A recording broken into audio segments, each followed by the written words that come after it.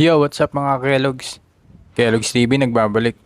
At kung hindi ka pa po subscribe sa aking channel, click mo lang po ang subscribe button at notification bell para ma-notify ka sa mga bago kong upload. Salamat po!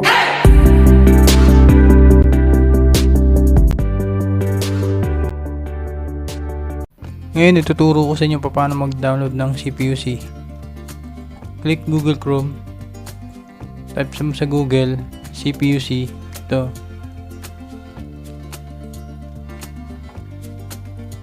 Click nyo tong CPU-C 2.03 download sa PowerTech. Then, click download. Ang pipili kayo ng ng server. Sa akin ito.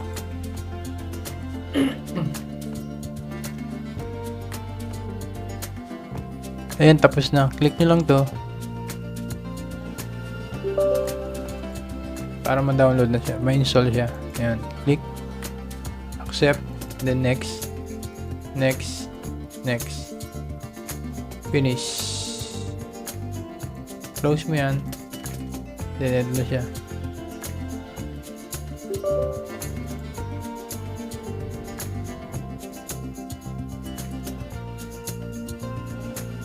Charan, yun lang guys.